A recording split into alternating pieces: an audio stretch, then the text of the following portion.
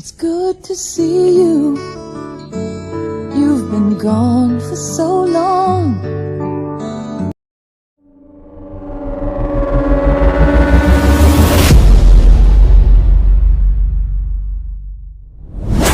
Sa industriya ng musika, may ilang mga sikat na local at foreign singers na patuloy na pinararangalan dahil sa kanilang mga natatanging boses at nilikhang musika.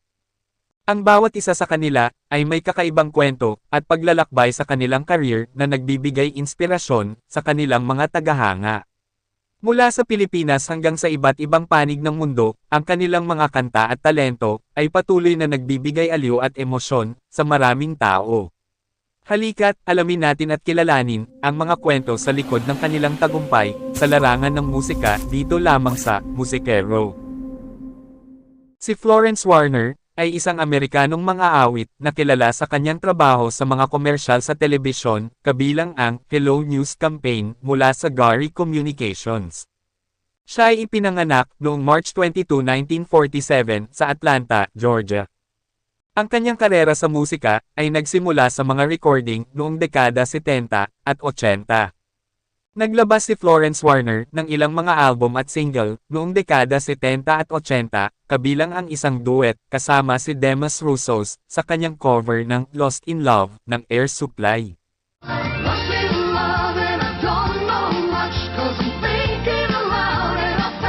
Ang kanyang recording ng Pirate ay napili ng Philips para sa demonstration disc na kasama sa unang mga compact disc player. Noong 1984, kumanta siya sa We're With You on ABC, campaign ng ABC Network. Bukod sa kanyang sariling mga recording, nagtrabaho rin si Florence Warner bilang backing vocalist para sa iba't ibang mga artista, kabilang ang Jem, Donovan, at Steely Dan. Si Florence Warner ay kilala rin sa kanyang trabaho sa mga komersyal sa telebisyon. Para sa kaalaman ng karamihan, si Florence Warner ang boses sa likod ng mga sikat na komersyal noon sa telebisyon. Ilan pa nga sa mga ito ay ang mga sumusunod. Burger King. Ang komersyal ni Florence Warner para sa Burger King na pinamagatang America Loves Burgers ay naitala at ipinalabas sa telebisyon December 7, 1976 sa Chicago.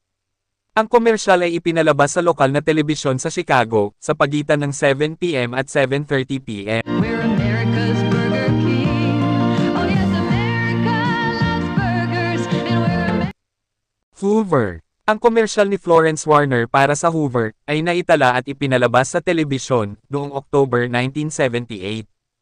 Ang komersyal ay nagtatampok ng Hoover Celebrity 2 vacuum cleaner at nagtatampok ng boses ni Florence Warner sa jingle. Hoover Celebrity 2 has a powerful Pepsi. It fits your taste and your attitude. Diet Pepsi looks so good on you. Sprite. You're trying harder, you're reaching so tall. You're drinking Sprite and you're giving it your... Bukod sa mga nasabing sikat na komersyal, si Florence Warner din ang boses sa likod ng madamdaming kanta na pinamagatang Hello Love. Ang Hello Love ay isang kanta ni Florence Warner na inilabas noong 1980 bilang isang single na vinyl.